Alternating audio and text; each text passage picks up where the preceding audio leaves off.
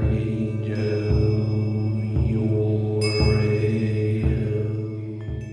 Saudi Arabia, they enslave anybody who comes to work for them.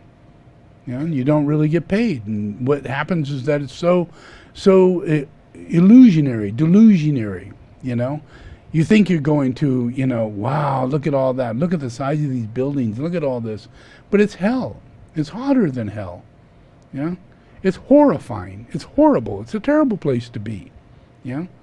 But just because they can, they build cities there. They even build cities in the middle of the ocean, making islands so that they don't pay tax, so that they don't own land. They can just make it. Now all of a sudden they're super rich because they've expanded the country into the land, and land that didn't exist before now does exist, so that means it's real estate. That's like, magic in money ways, and they think like that. Everything is all about money. So they've got this twisted spiritual program going on, and at the same time they're the wealthiest people on the planet, and then they're the backers of the people of Afghanistan who makes opium. So the whole thing, if you think of terrorism, if you think of all of the problems that are over there, what happened to 9/11? What led us to 9/11? Was Saudi Arabia. It wasn't Pakistan. It wasn't Afghanistan.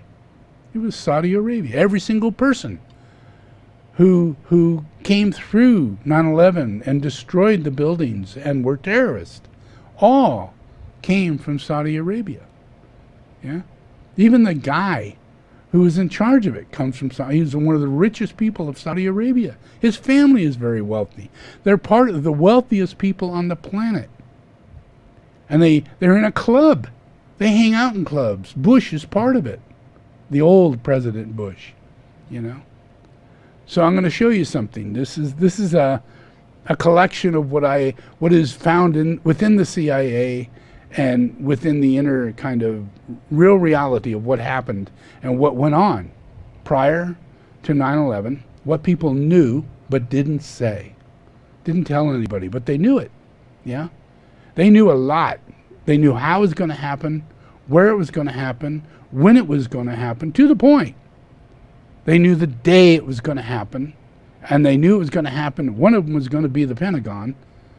So major people in charge at the Pentagon decided to cancel all their flights on that day. That's no coincidence. That's inner knowledge. That's understanding, And they probably didn't show up at work either.